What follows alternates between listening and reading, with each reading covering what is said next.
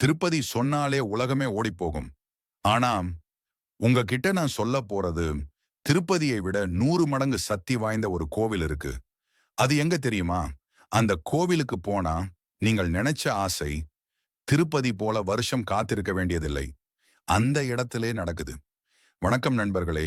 இன்னி நம்ம வீடியோவில் பேச போறது திருப்பதியை விட 100 மடங்கு சக்தி வாய்ந்தது என்று சொல்லப்படும் ஒரு திவ்ய ஸ்தலம் பற்றிதான். இந்த கோவில் எங்க இருக்கு? அதன் வரலாறு என்ன? அதுக்கு பின்னால் இருக்கும் ரகசிய சக்தி என்ன என்பதை முழுமையாக பார்க்கலாம். அந்த கோவிலுக்கு ஒரு முறை சென்றாலே வாழ்க்கை மாறும் என்று நம்பப்படுகிறது. இந்த கோவில் தமிழ்நாட்டில் உள்ள தென்னங்குடி மாவட்டத்தில் அமைந்துள்ள திருச்செந்தூர் முருகன் கோவில். பண்டைய சாஸ்திரங்களிலும் புராணங்களிலும் சொல்லப்பட்டது போல் இந்த ஸ்தலத்தில் முருகப்பெருமான் சூரபத்மனை கொன்று உலகத்துக்கு சாந்தியை கொடுத்தார். திருப்பதியில் விஷ்ணுவை வழிபட்டால் செல்வம் மற்றும் ஆனந்தம் கிடைக்கும் என நம்பப்படுகின்றது. ஆனால் திருச்செந்தூரில் முருகனை வழிபட்டால் குலபாபம், கிரகதோஷம், வம்ச பாவம் எல்லாம் உடனே நிவர்த்தியாகும் என நம்பப்படுகிறது.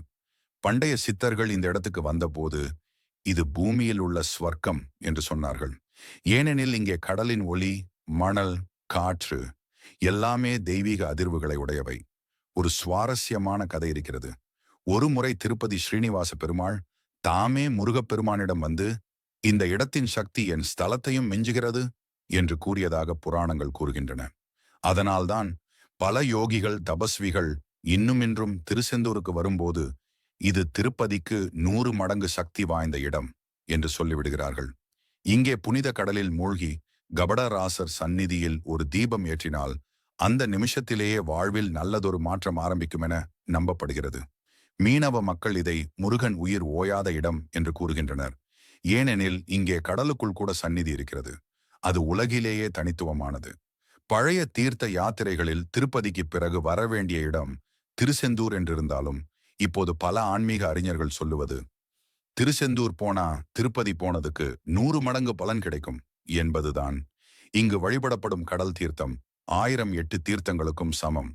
முருகனின் வெற்றிவேல் இங்கு பூமியின் அதிர்வை கட்டுப்படுத்தும் தெய்வீக சக்தி என நம்பப்படுகிறது.